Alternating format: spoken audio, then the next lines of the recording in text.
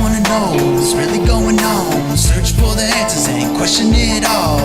Turn your televisions off, cause you're being brainwashed. Brainwashed.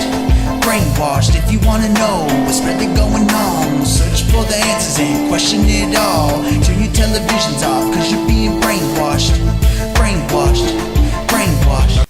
Good morning, everybody. Thank you for coming back to another broadcast over here at Dallas Network. Now, really quick, guys, we're going to talk about the breaking news story that we brought out last night. Syria's airstrikes that happened against them. It happened roughly about 3:30 in the morning, their time over there. It was about 9:30 last night when information started coming out to us here on the East Coast in America, and then elsewhere. There was a lot of stuff going on within this airstrike. There was a lot of speculation that it could have been America. When the strikes first were being announced, there was a lot of false information saying that the U.S. was sitting in the Mediterranean and was shooting off cruise missiles. Pentagon has come out and denied any involvement within Syria. They had no airstrike campaign going on, but they continued to monitor closely, and also they were in support for any resurgence against Syria's opposition. So, that really left out what could have been Israel, or maybe even France, or you could even go so far out there to say it could have been Turkey, because, Turkey's been very involved in northern Syria, with the Kurdish forces. But like I said, that's really far out there. We've never seen Turkey go that far deep into Syria as of yet. So there was really no proof backing that up. It was more realistic to either be France or Israel.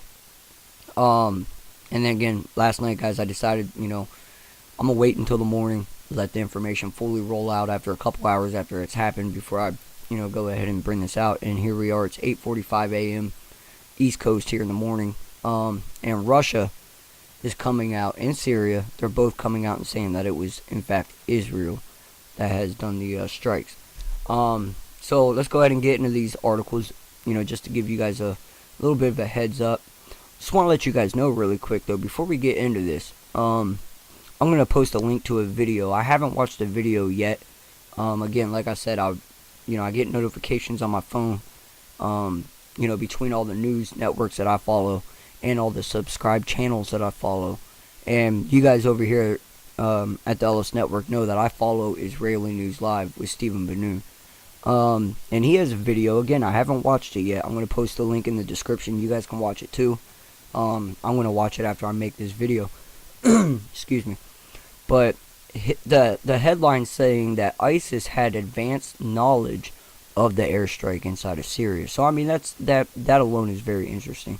But we're going to go ahead and get into this. I'm not going to put any spin on it. I'm not going to make any assumptions as to, what ISIS was. I'm going to let Stephen Benoon tell you guys. I'll post a link in the description again for you guys so you guys can watch that video as well. And again, I haven't watched the video. But let's go ahead and get into this. They're saying that 14 people has died last night in Syria with this attack. I believe it was 14. There was a few rockets that were shot off from two Israeli warplanes carried out the strikes in Syria air base. And it's saying that there was, I believe, 8 rockets that were fired right here. Fired 8 guided missiles at the T4 airfield. The Israeli aircraft did not enter Syrian airspace and launched the strikes while flying over Lebanon. And again, that was earlier being reported, as it was breaking, that they seen, something flying over Lebanon airspace. And they didn't know if it was jets or if it was rockets being fired towards Syria. Now it's saying that, it was 2 Israeli Air Force F-15 jets that never left Lebanon's airspace that fired off these 8 guided missiles. I think only just a very few of them actually struck. Most of them got shot down out of the sky by Syrian air defense. Israeli embassy in Moscow refused to comment on the Russian defense minister report. Alex Grander, the diplomatic mission and press attached, told Sputnik. Last night, guys, I seen the breaking news about Sputnik. They were the first one to come out and say that. The first one that I've seen that come out and was putting full blame on Israel, not United States. And anyways, guys, I'm all over the place. This is the one that I really wanted to bring out to you guys first before we hopped into the RT news articles. The only reason why I wanted to bring this one out first and not RT is because Russia was putting the blame out there with Syria. And of course, RT being a Russian news media, a lot of people was like, well, RT, could be propaganda and blah, blah, blah. Well, just want to let you guys know here, I'll back up really quick. Hopefully this doesn't freeze my computer too much. It's running really slow, guys. I can't figure it out. But, I Googled Syria airstrike and all of news articles. Mainstream media news articles, anything that's reported in the news, is pretty much saying the same thing. It's Israel, it's Israel, it's Israel. So, I'm willing to bet, RT or not, propaganda or not, there's a little bit of truth behind this story. So anyways, man, right here, 14 dead, including Iranian troops, as Israel. That's Daily Mail. That's the one I couldn't click on. I clicked on it earlier, but there was pop-up galores. And for some reason, my pop-up blocker is not getting it. But, just to give you guys a little bit of a insight on everything that happened, roughly about 14 people have died, including Iranian troops as Israeli jets bomb Syrian airstrip. And again, there was a lot of speculation about this airstrike that was going on, guys. It could have been America because it happened hours after President Trump has made threats about Animal Assad. If you guys remember the video I did yesterday morning talking about it. And then we all know last year, shortly after the sarin gas attack, President Trump, without telling anybody, the element of surprise, has shot off those 50 cruise missiles from the Mediterranean. And the one thing, where people was like, well, I bet you it was America. And guys, my arguing statement was, it would have been great, but at the same time, last year when this came out, America didn't waste any time bringing it public. They took full accountability for it. With this airstrike happening, and America making any claims that they weren't involved, I really believe that. I don't think that they would have keep hiding the fact that they did it.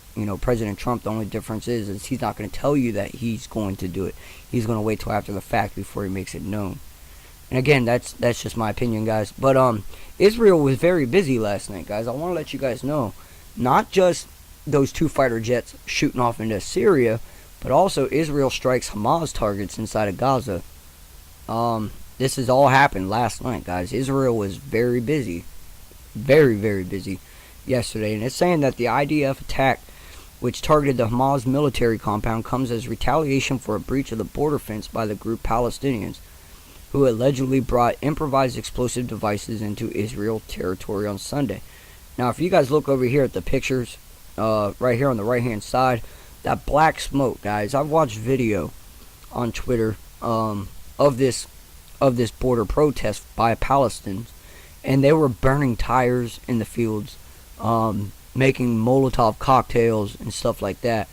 So it's very interesting what they're having a major problem with their borders as well. You guys can search it, on Twitter, here on Google. Type in any keyword if you guys really want to learn about this stuff, and it's mainstream.